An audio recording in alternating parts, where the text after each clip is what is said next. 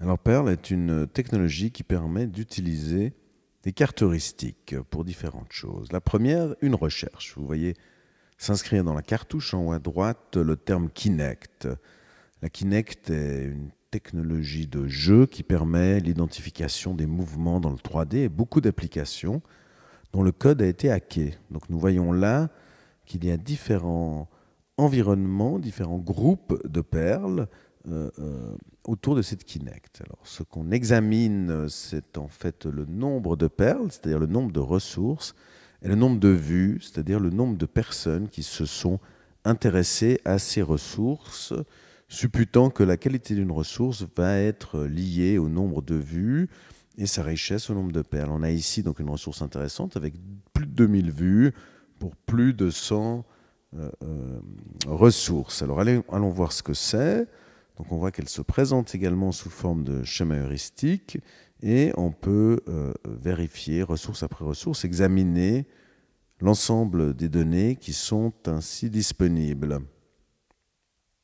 Alors, ces données sont de différents ordres, des sites web comme là.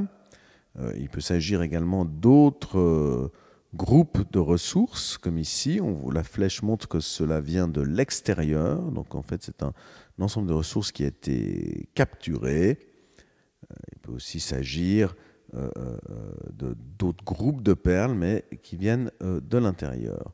Donc, dans le cas de ressources web, il est également possible d'aller examiner la ressource et de voir à quoi elle ressemble.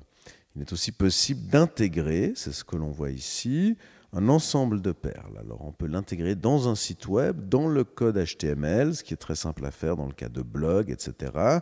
On peut choisir la taille de l'image que l'on va intégrer et il suffit de prendre le code que l'on a là dans la cartouche et de le copier dans son code HTML sur le site, comme on le ferait pour intégrer une vidéo de YouTube, par exemple. Il est également possible de prendre l'ensemble de cet arbre, d'un arbre donc, de ses différentes branches, et de le rapatrier sur son compte Perl, ce qui a été fait là d'un seul clic. Donc ces façons permettent de rapatrier chez soi toute une série de ressources. Nous voyons là que nous sommes en train d'examiner le SDK de la Kinect, qui peut être quelque chose d'extrêmement intéressant. Allons voir donc le site, voilà, un Kinect Toolbox avec toute une série de ressources organisées autour d'un projet. On voit qu'on peut donc commander la voix qui est différents streaming. C'est assez intéressant, donc on peut également rapatrier, mais cette fois uniquement cette ressource et non pas l'ensemble de l'arbre.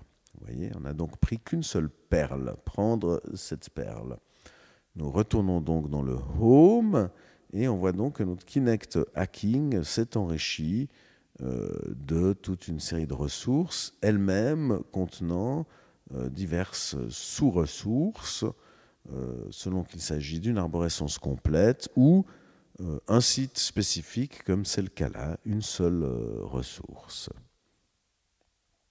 Le document ainsi développé peut être mis directement à disposition des apprenants. Donc c'est aussi un gros avantage pour présenter un catalogue de ressources dans le cadre d'une carte heuristique.